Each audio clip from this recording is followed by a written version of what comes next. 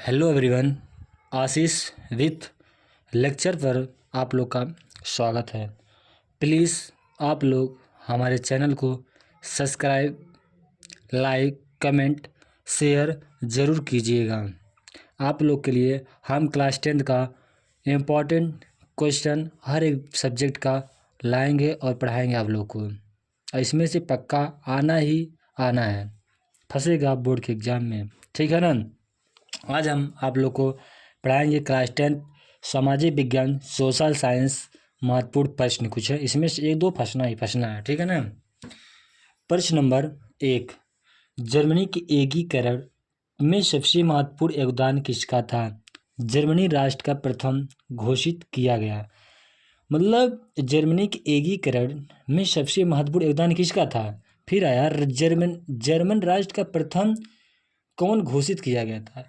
तो जर्मनी के एकीकरण में ऑटो वन बिस्मार्क का सबसे महत्वपूर्ण योगदान था। ऑटो वन बिस्मार्क का सबसे बड़ा क्या सबसे महत्वपूर्ण योगदान था। प्रशा के राजा विलियम प्रथम को जर्मन राष्ट्र का प्रथम सम्राट घोषित किया गया था। इनको प्रथम सम्राट घोषित किया था, किसको? विलियम प्रथम को, ठीक है ना। प्रश्न नंबर 2 है, ऑटो वन बिस्मार्क को जर्मनी के एकीकरण का जनक क्यों कहा जाता है? 2 कारण बताइए। ऑटो वन बिस्मार्क को जर्मनी के एकीकरण का जनक क्यों कहा जाता है? तो कोई 2 कारण बताइए। तो उत्तर पहला है, बिस्मार्क ने सुधार एवं कूटनीति के अंतर्गत जर्मनी के क्षेत्रों का प्रशाकरण अथवा प्रशाम के एकीकरण करने का प्रयास किया था, ठीक है ना। दूसरा है, बिस्मार्क ने जर्मनी के एकीकरण के लिए रक्त और लौह की नीति का पालन किया था, ठीक है ना। प्रश्न नंबर 3 है, जैव और अजैव संसाधन क्या है? कुछ उदाहरण दीजिए, ठीक है ना। पूछ रहा है जैव संसाधन और अजैव संसाधन।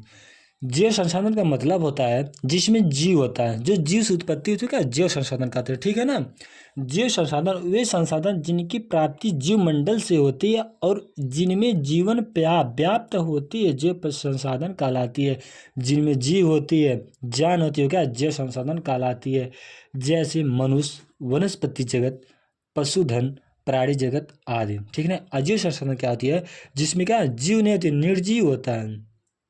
वे सारे संसाधन जो निर्जीव वस्तुओं से बने हैं अजैव संसाधन कहलाते हैं, ठीक है ना। एग्जाम्पल में चट्टाने एवं धातु में, चट्टानों को कहाँ जहाँ रहती है वहाँ से क्या घुसकती है? नहीं ना, तो क्या अजैव संसाधन है, वहीं पर पड़े जिसको निर्जीव से बने होते हैं, ठीक है ना।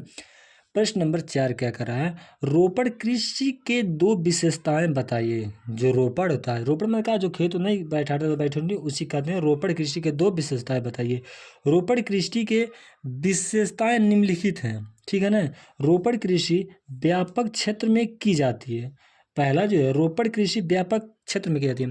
कहने मतलब है जो रोपड़ कृषि व्यापक क्षेत्र में होती है, जैसे जहाँ बहुत ज़्यादा क्या फील्ड होगा, जगह होगा, खेत, वहीं रोपड़ कृषि किया जाएगा, हर जगह तो ही ना हो पाएगा। दूसरा कह रहा है, इसी कृषि में अधिक पूंजी और श्रमिकों की आवश्यकता होती है। कहने मतलब है कृषि जब रोपड़ करने के लिए हमको क्या पूंजी की ज़्यादा आवश्यकता पड़ेगी और श्रमिकों मतलब लोगों की आवश्यकता पड़ेगी। किसी एक लोग से क्या खेती होगी नहीं, श्रमिकों मतलब क्या ज़्यादा लोग का जरूरत पड़ता है।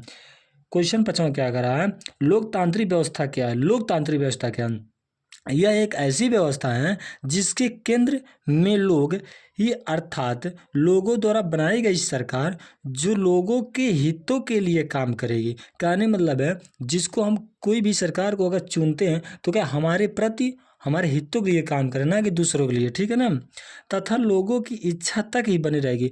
अगर हम किसी सरकार को बनाते हैं तो बनी रहेगी और उसको हम हटाना चाहते तो हटा सकते हैं, क्योंकि हमारे ऊपर डिपेंड करता है किस सरकार को हम बनाएंगे, किस सरकार को नीचे हम गिराएंगे या हटा देंगे, ठीक है ना। धन्यवाद।